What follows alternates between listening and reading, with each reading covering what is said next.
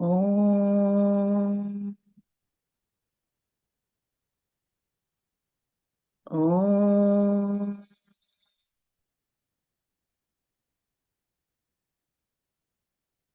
Om.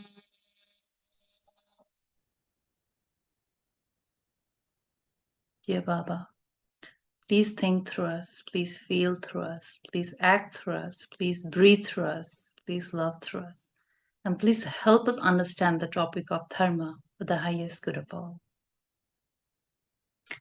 Sairam, everyone. Welcome to episode 16 of the Gita Vaini series. And today we've called our presentation the Dharma Gambit. Are you making your best move?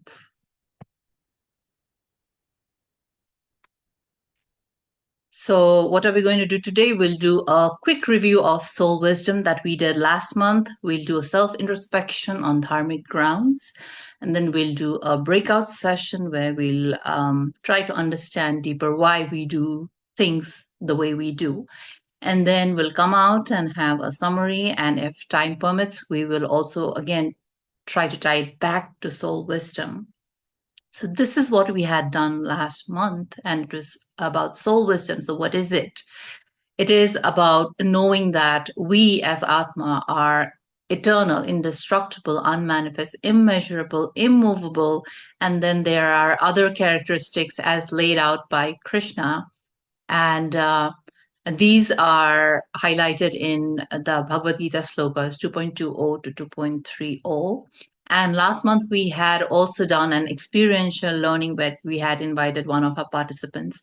And we had asked her to, do an exercise in which we asked her to remove all of that in her that was temporary, such as her thoughts, status, likes and dislikes, even body, because that's temporary.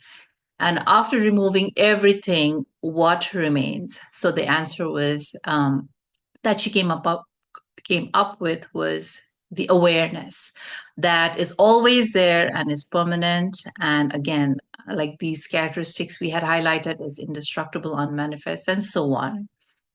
And then we had given homework to our participants.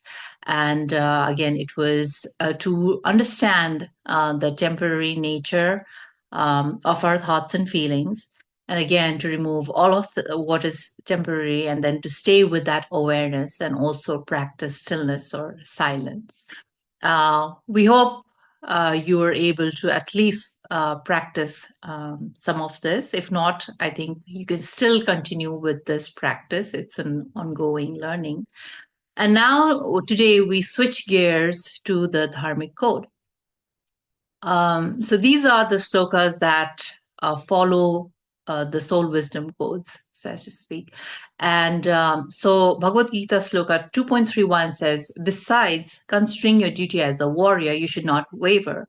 Indeed, for a warrior, there is no better engagement than fighting for upholding of righteousness.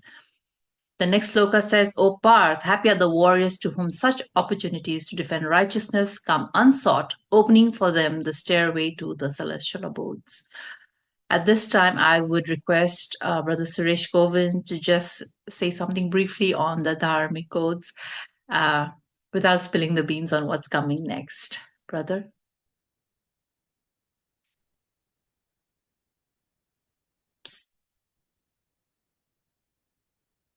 Sairam. Sairam, brother. Sairam. So today's session is on this Dharmic Code. And it's such a very important subject because literally what essentially every human being should be doing is to understand what the essence of what is Dharma is and execute his Dharma to the best possible manner. If you notice, Krishna in the Gita in the chapter 2, he now exhausted the soul knowledge, soul wisdom. Yeah, he talked a lot about aspects of soul. He's finished that. So in his entire amazing thing, he said, okay, let's assuming now that you don't understand anything about the soul. Let me give you another perspective. Now let me ask you, make you think in terms of dharma. What is your dharma? What is essentially your dharma? a surgeon going into the hospital, and then he's. I remember this when a surgeon was in the hospital.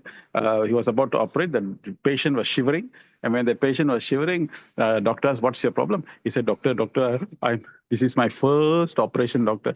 And surgeon said, "Don't worry, this is also my first surgery." So the main thing is, when at that point of time you demonstrate nervousness, then you lost the dharmic opportunity of executing of your job. So like that, in every profession, in everything, dharma is very critical. Dharma of son, dharma of mother, dharma of father, dharma of a devotee, dharma. What is the dharmic code? If we can fulfill excellently the dharmic, what the world will be a perfect place. But sometimes in many places we think that we are doing it the right way, but sometimes it doesn't come up to that particular optimum level. So Krishna's rehabilitation process includes this particular component, which is basically essentially empowering Arjuna to literally remind himself what is the dharmic code. Yeah, dharmic code essentially empowering him to understand his dharmic duty in the hope that he wakes up to a newer reality, changes his mind, and starts fighting the war. So this is why today's session is all about the dharmic essence of dharmic execution. And so these questions are only asked, or certain questions will be triggered to ask only with reflection to our own self. Am I doing this well enough? Am I doing this good enough? Is this the best move that I'm making?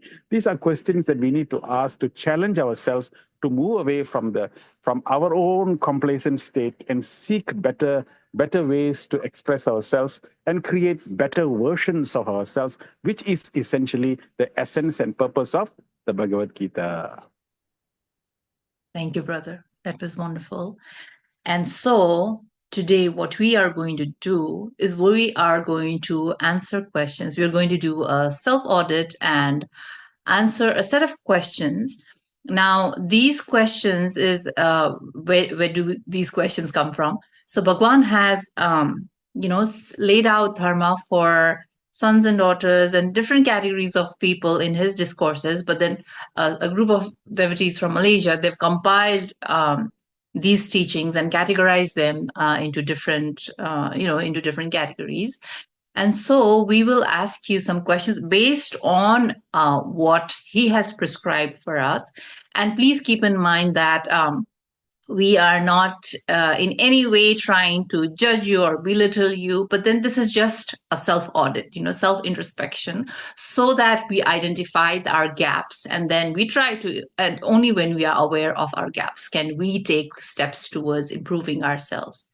So that is the only purpose of asking you these questions. So for each category we have 4 categories, this being the first one, dharma of sons and daughters. So for each question you just analyze. We'll give you a minute, and then for that question you think whether you agree, disagree, or somewhat agree. So if you disagree, you give yourself a 0.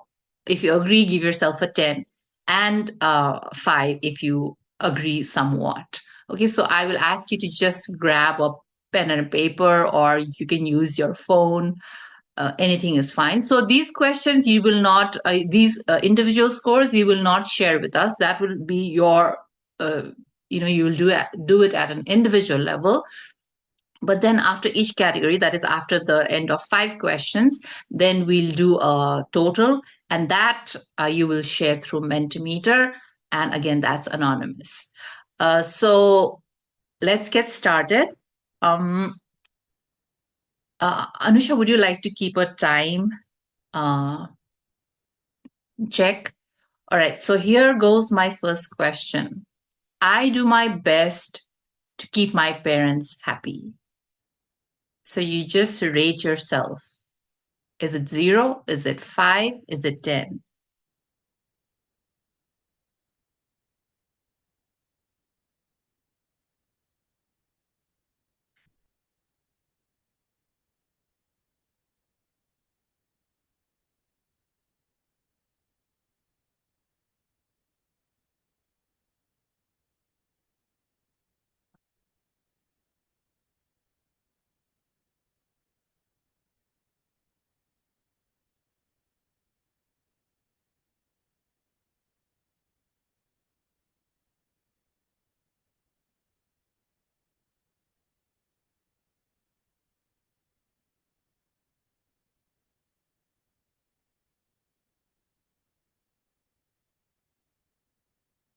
All right, let's go to the next question.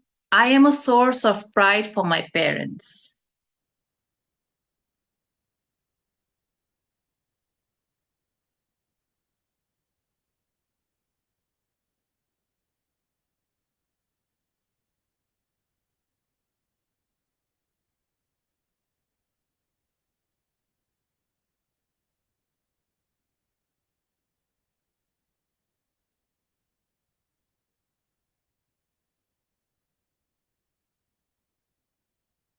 The next question. I make my parents feel I'm always there for them.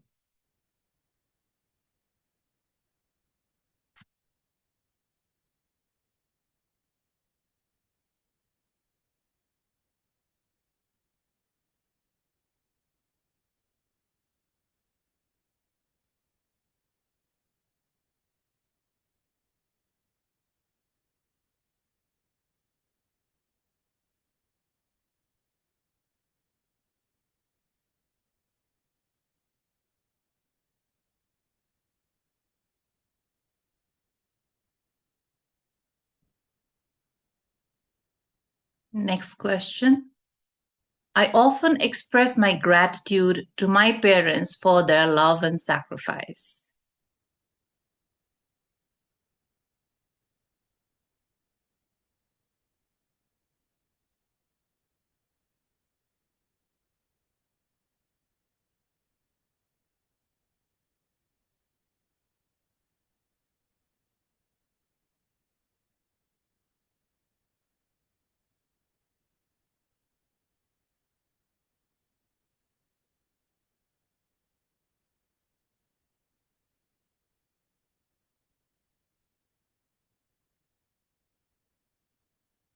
And finally, the last question for this category. I am a solution provider to my family rather than a source of worry.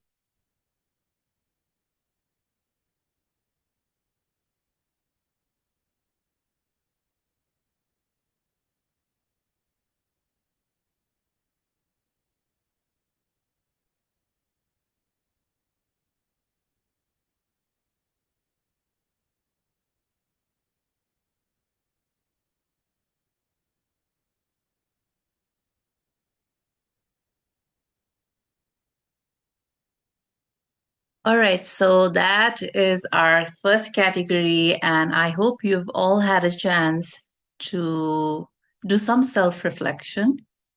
So, the next is now we ask you to scan this code or go to mentimeter.com, and here is the code.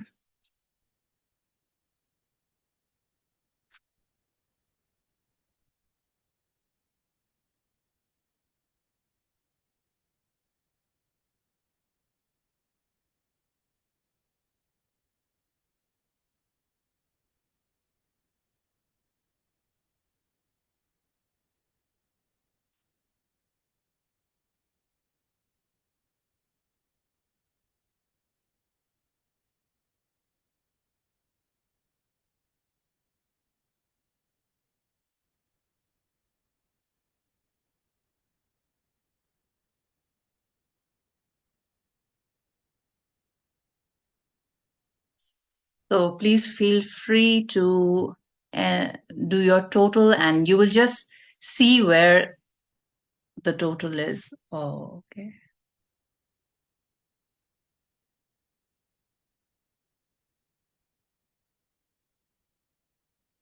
Saramaka, can you show me the QR code again? Oh, 1 second. Yeah, sorry. This QR code is for like devotees. Um, no, this is same. It's the same. Oh, okay, okay, It's okay. the same, but maybe I am on sons and daughters.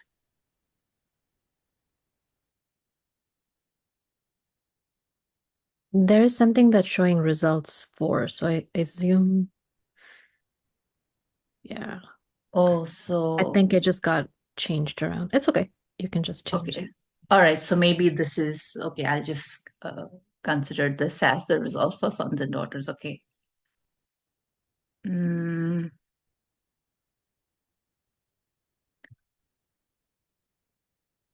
All right. So I think we will just go with this. So I think most of us here think that we are doing.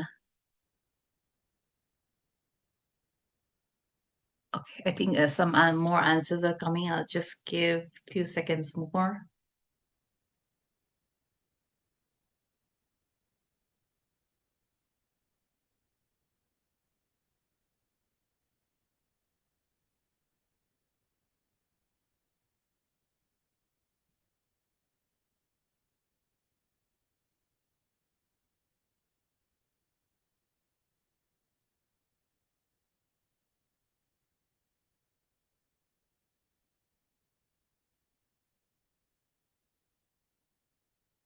Okay. So this is our final results. And so it seems like most of us think that, we are doing very well in keeping our parents happy and doing the best we can. And some of us think that there is more room for improvement.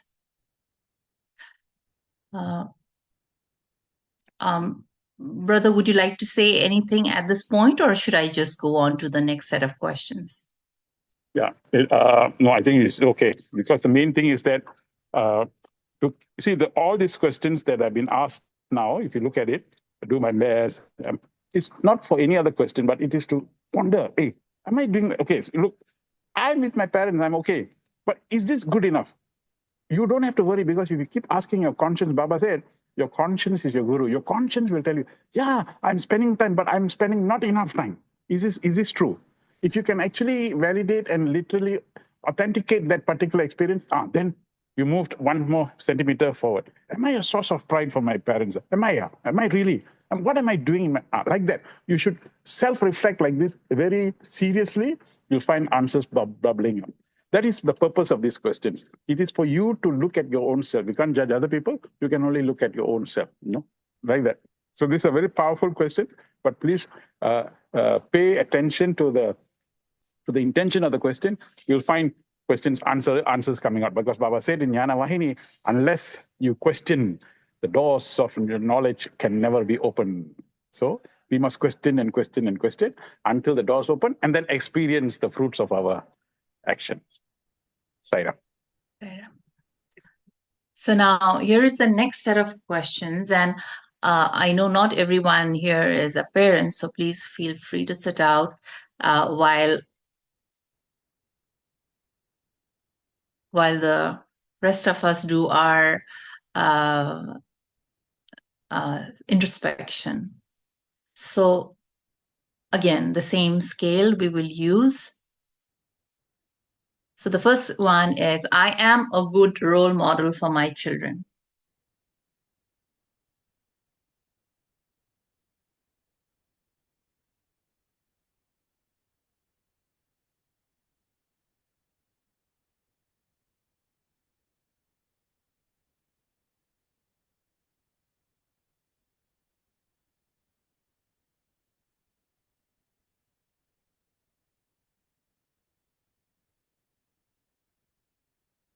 The next one, I balance love and discipline well with my children.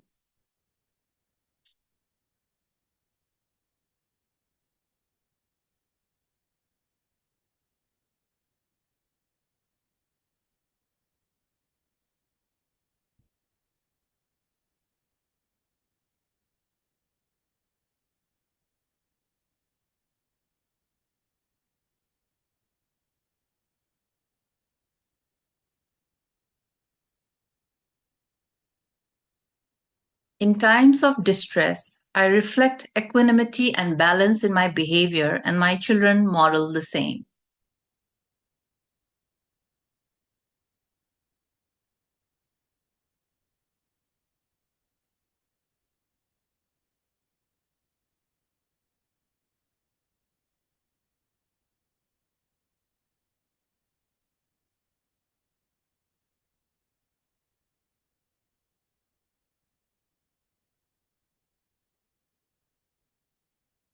The next one, I take effort to correct my children when they are wrong.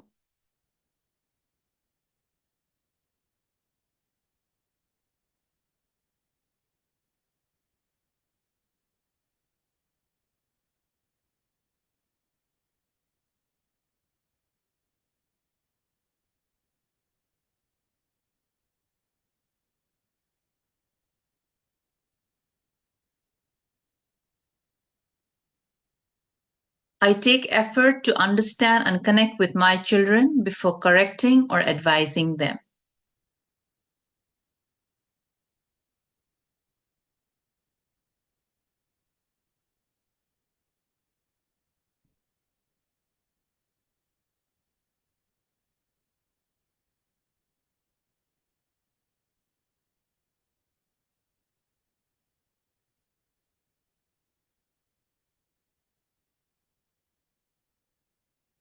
That was the last question for this category.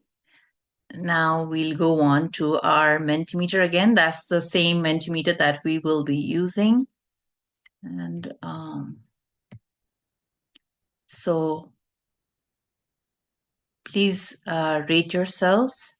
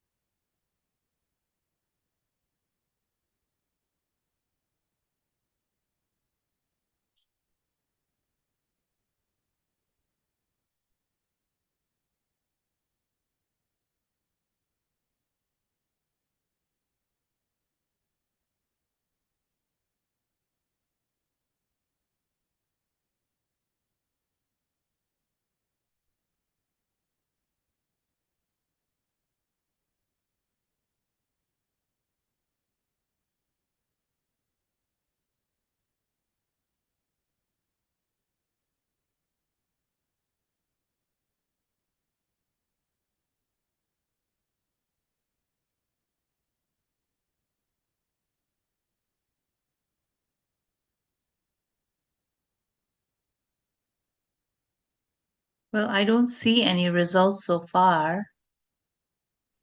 It says you have already answered the question. It's not letting me. It's Oh, not it's letting not. us respond. Yeah. Okay. Can we go back to the code and see? It's asking for a sign up now. Oops.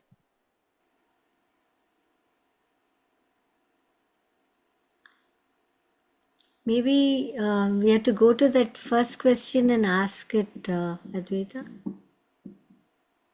Go to the first question. Yeah, in Mentimeter, because you were in the last page, right? So it thought it's over. If you go to Mentimeter, yeah, you can try. Open up the first question or the second question, whichever it is. Yeah, so I think we got the thing. You got it? Now it's working? Yeah, I I think. refreshed my screen and then the parents one came up. Oh, okay. So it's us, we have to refresh, okay. Yep.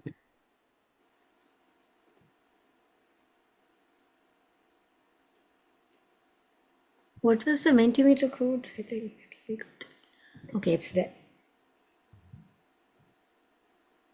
Please let me know if you want me to share the. Yeah, this is the code again. You can see it now. Thank you. Okay.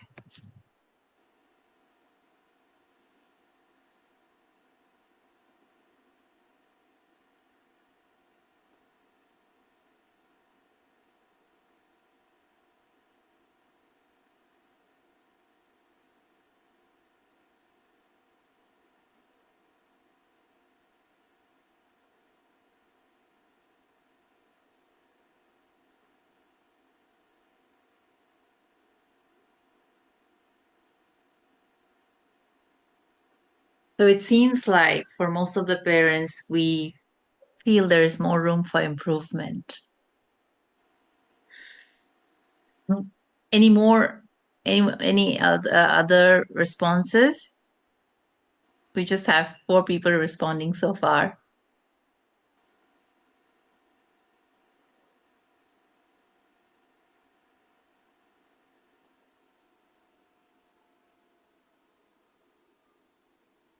All right, then I will move on to the next category.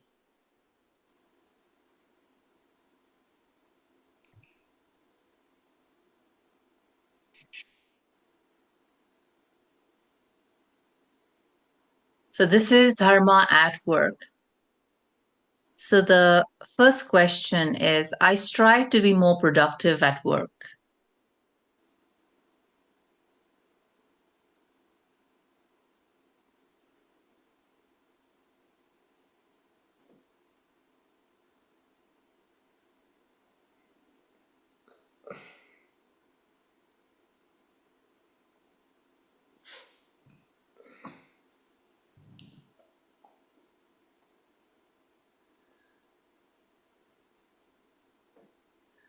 I know all my staff and colleagues to enhance better teamwork.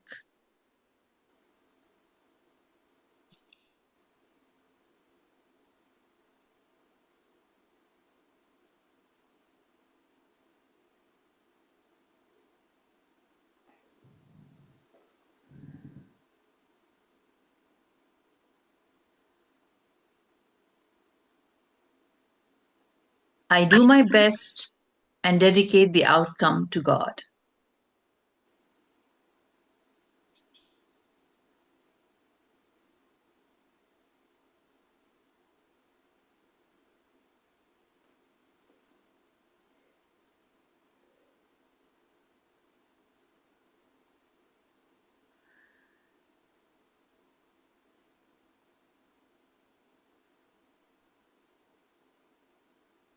I am an exemplar of motivation for my staff and colleagues.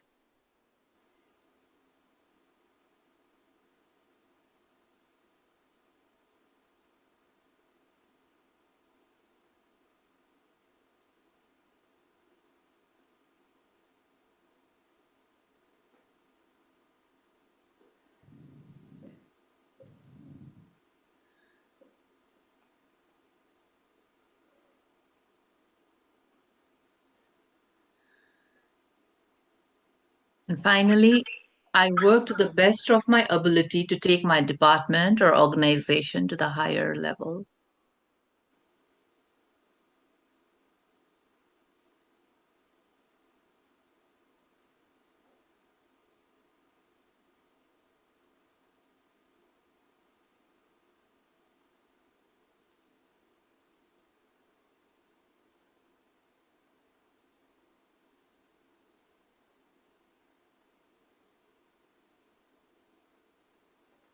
All right, please make your totals. And then again, the same Menti code. Maybe you just need to refresh your screen if you need to. And then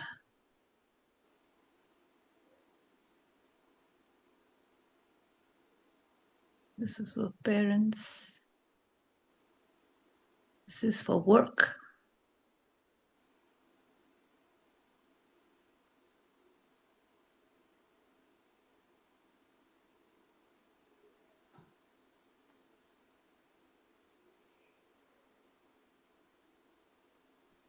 Can you give us the code again? QR code, please. Yes. So,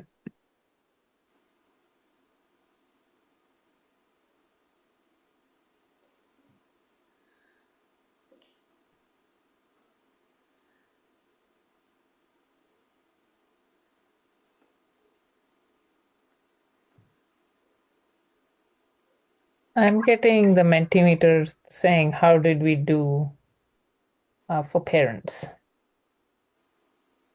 Oh, should I just? It's okay. I think we can adjust, right? I think we got that change in the beginning. So probably when you see devotees, that's for son and daughter. Yeah, maybe whatever comes to you, just do that so that I will figure out. Yeah, because we are already done with parents and devotees. So whatever comes next, I will take it as workplace.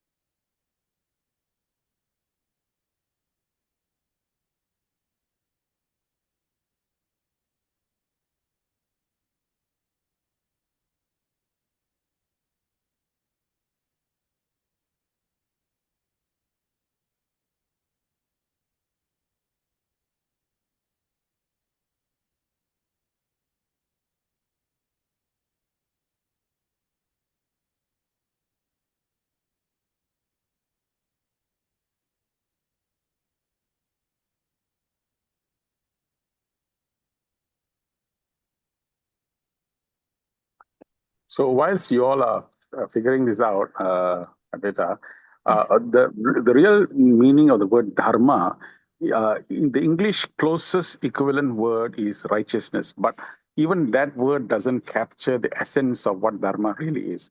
So what they have connoted is when you say dharma of ice is cold.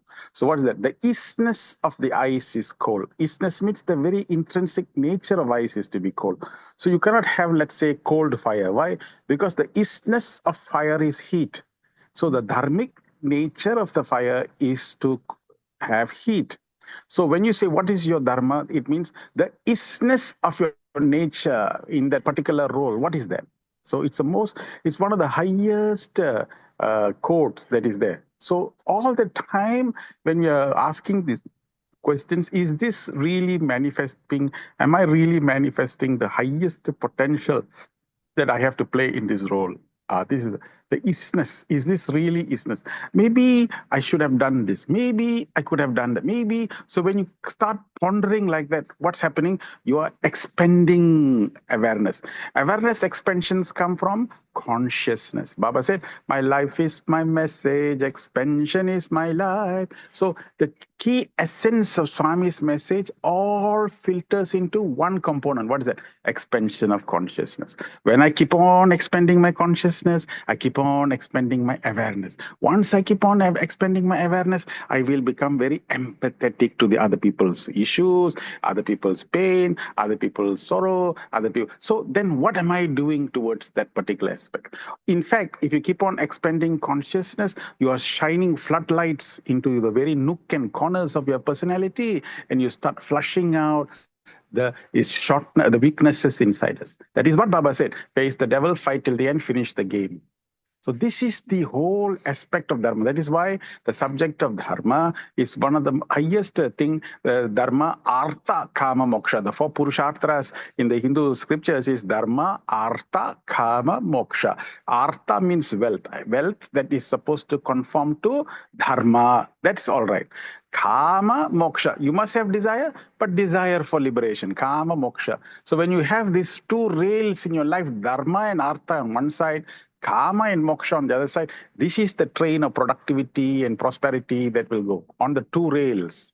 So this particular alignment that Krishna is asking Arjuna to do, and we are asking in the workshop, is for us to align so that the right train of prosperity, right train of progress can go through. So it's very, very, very powerful and very, very sensitive questions these are.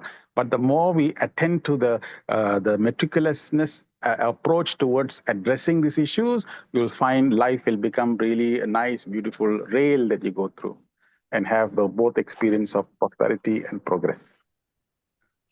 I have a question. How good do you think we are in self-judging ourselves? Aren't we biased? You know, it's how we are as our children, what we should have done with our parents. It's our parents, they should tell us how they felt. It's like my parents, they were in India much of the time. When they were with me, I did all the right things. I'm sure of that. But when my father passed away or my mother passed away, I wasn't there. It haunts me to this day. Also, when we grew up in our time, we were not so overt with "I love you, mom," "I love you, dad." We didn't say that, but we showed it in other ways. So, no issue.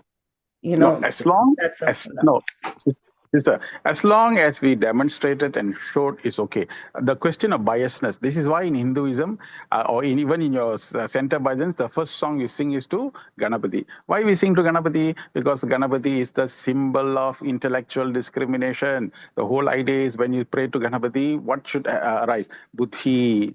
Why? How Buddhi will arise? Swami said in Prema Vahini, only in Shanti can Buddhi be developed. Why is Buddhi given that importance? Because only in Buddhi is like a lighthouse that comes shining out. You will be able to see what is right, what is wrong, what is biased, what is unbiased, what is real, what is unreal can only be decided by the buddhi shakti. So the more and more Gayatri, more and more meditation, more and more prayers, the buddhi will become sharper, alert, more strong.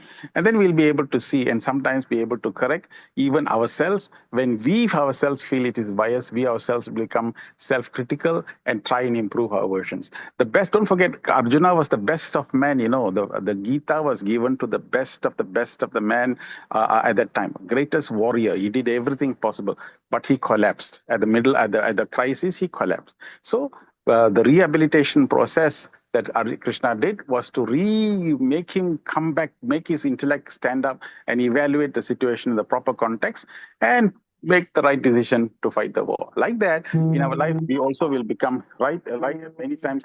We ourselves become aware of these things and do the right things. But in your lifetime, when you have those days when we do the culture and all that, our culture, sometimes especially Indian culture, we don't express that much. But as you rightly said, if you have demonstrated and shown that to the best of our ability, that's the love that we have expressed. That's okay. As long as we do things with our own conscience, which is heightened, that's all it matters. Okay, I think we should go to the last set of questions. And this is Dharma for spiritual aspirants. So the first one is, I conduct my daily life to reflect his message.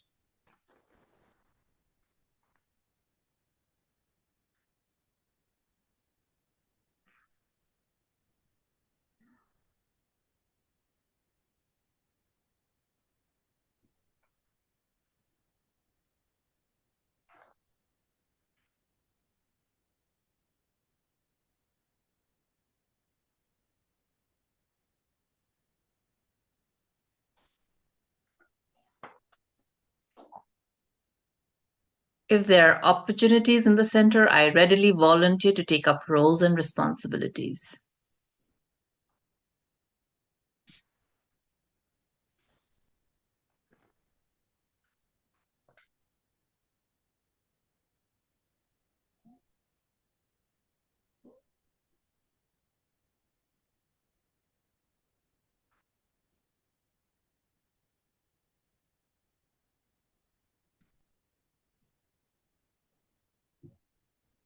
I attend all Psi activities at the center and dedicate my time to do more of Psi work.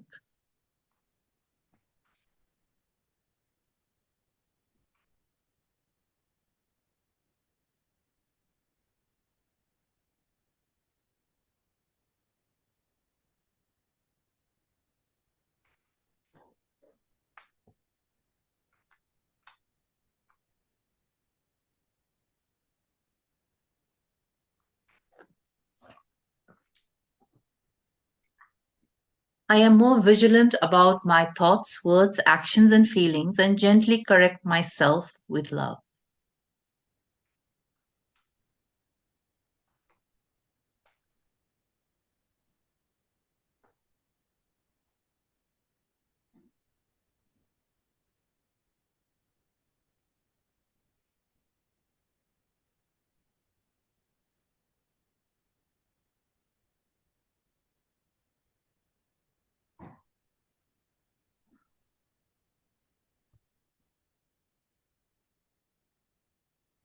No matter what life throws at me, I handle the situation knowing that Swami is in total control of my life.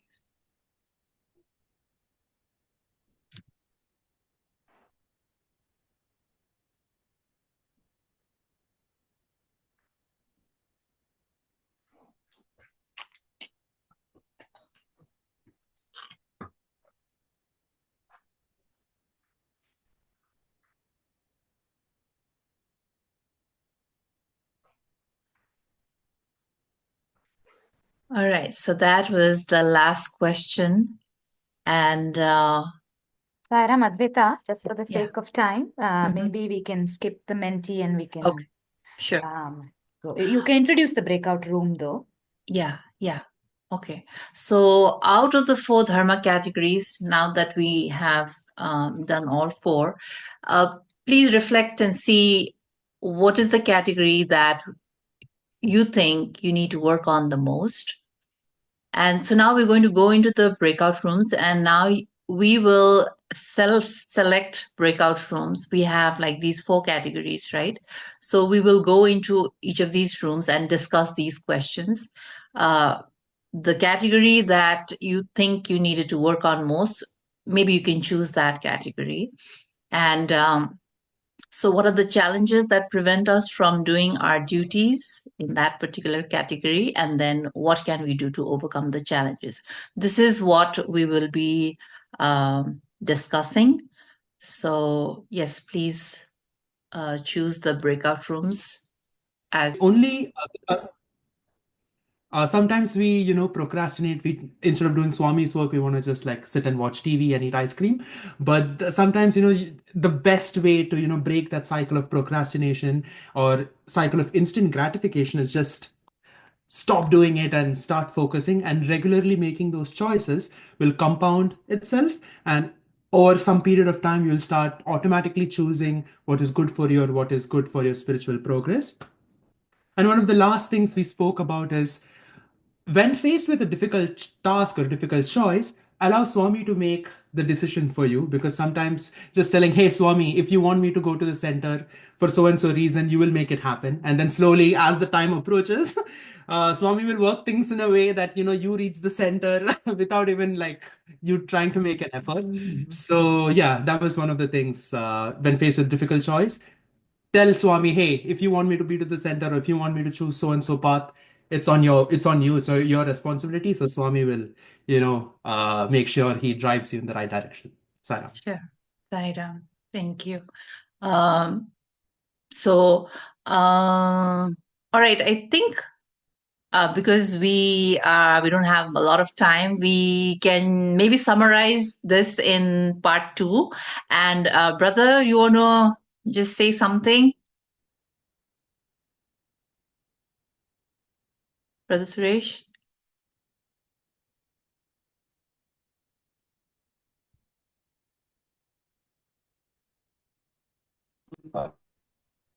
No. Normal. Brother, you're please. Yeah. Basically, I went through 1 or 2 workshops, and we had we could see the intensity of the discussions. Probably at this point, whichever groups that have some race, we just want each group to just talk about what was your experience when you were, don't answer the questions, but your experience in when you're looking at some of these questions. Did it probe a conscience? Was there a motivation to look at some of these things in a proper light? Because most of the time we don't ask these questions in our everyday living, because we are so much rooted in running around. So what was each group's experience? Can the group leaders talk about it from your perspective in addressing these questions? I think Rajit just summarized. And I very briefly, I can say my group was for parenting. And then I think what we have been realizing, like the way we were brought up in our home countries, it was totally different. And so what we tend to do is whatever was handed down to us, we tend to use that kind of parenting. And so there is more of discipline from our sides, like in the case of balancing love and discipline, there was more of discipline. And so I think some of us felt that maybe it was a 20/80 kind of thing. So maybe take more steps to express more love, because the kids here are that way, that they want us to express our love to them, so from 80 to 20, at least come down to 50/50 or something like that. And then I think yes, most of us analyzed maybe our childhood was the reason, well, some of them lost their parent at an early age, or some of them had very strict parents, or one of them was very strict, one of them was lenient, and that is why we are doing this. But then definitely I think we realize that we have to do something different, and so that we are able to be better parents. So I will ask maybe Brother Sanjeev, you want to? Sure. Saram, and Saram, everyone. So in our group, we had focused on work, and it's kind of a couple of key themes that sort of popped out. One common theme that came across are the folks who shared in our group was that the past experiences, whatever experiences in the past, whatever challenges that we've had in the past, have sort of molded folks into who they are in the present. But more importantly, it's provided a source of strength and clarity to actually work through today's challenges, work or otherwise. So, for example, yeah, it was, so for example, you know, using language in communications with folks, using a level of politeness to work through the issue, to de-escalate conflict or to avoid situations that could flare up.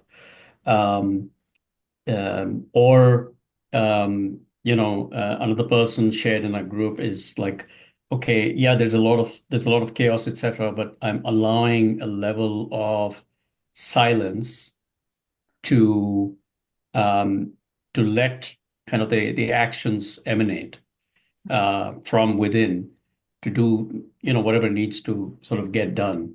But the theme there was that it provided a lot of confidence, right? So which I thought was like really interesting because you're thinking about like, oh yeah, it's a prior, it's like a lot of scars and this and that, but it's like it's sort of provided it's become a source of strength. The second thing that I'll quickly wrap up here. The second thing that came out is, this too shall pass theme. So the words that were used were, good days and bad days, right? So, sort of expectations that not every day is going to be a spectacularly, joyful day, etc. But whatever challenges are coming, there's going to be kind of good days and bad days, and put everything in that context. And then the word, the words, passing cloud. So this was something that kind of repeated itself over and over again. So, I mean, there were some other specific things, but those were sort of the two themes that jumped out in our module. So, yeah. Thank you, everyone. Yeah, Sai Ram. Thank you so much, Sai Ram. Anusha? Sai Ram, Kirti is presenting. Okay. Sai Ram, in our group, we were talking about challenges in like maximizing our dharma as sons and daughters. And a lot of the struggles that were coming up was many people in our group felt that we weren't making our parents happy. And a lot of the times, I think it stemmed from maybe them having certain expectations and goals for us that we sometimes we did align with them, but there are different phases where maybe those two goals clash or for some reason we're unable to fulfill them. But I think one of the main strategies that came up in our room was trying to please them in other ways, or whether that's calling them more often or using other strategies like that to try to maximize our duty as children. But I think it was interesting, and something that I couldn't quite reconcile was how do you maybe address differences in expectations and goals that a parent might have for a child, and if that doesn't necessarily align with the child's goals themselves. Thank you. Thank you so much, Kirti. Actually, that is Amita, that is a very important point, managing expectation, and especially as we keep on having the next generation, the expectation gap will continue to increase, and therefore the gaps may keep on widening. So what can we do? What is it that we should be doing? How can we address those issues? These are very critical issues, and we need to do that. So that's a whole science of that, which we will be speaking about probably in the next session. So next session is all about bridging these gaps which we have, So here is about identifying the gaps. That's what we're talking about. Very good point. This is a very, very good point. Thank you. Thank you. The mom wants to go next. I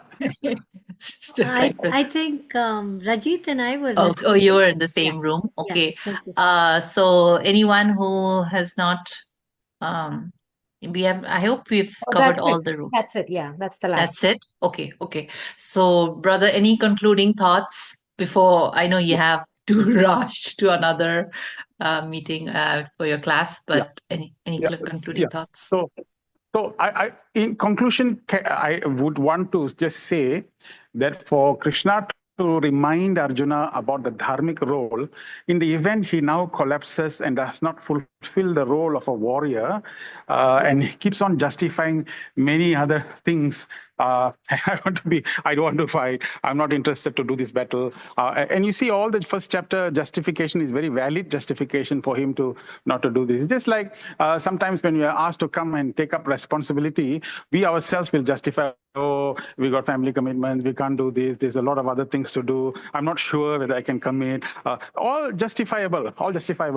But the fact of learning something from the Atma, where we took 6 months to learn that Atma is infinite, Atma is eternal. Why we learn all that and then introduce ourselves to soul wisdom is, if you continue to exist in this world in the 3 dimension, physical, mental, and intellectual, and just live at this plane, you'll find your dharmic execution will be very limited. Your experiences that you will harness is very limited. Unless we ourselves escalate our consciousness to the Atmic level, that is why Swadharma is different from Atma Dharma.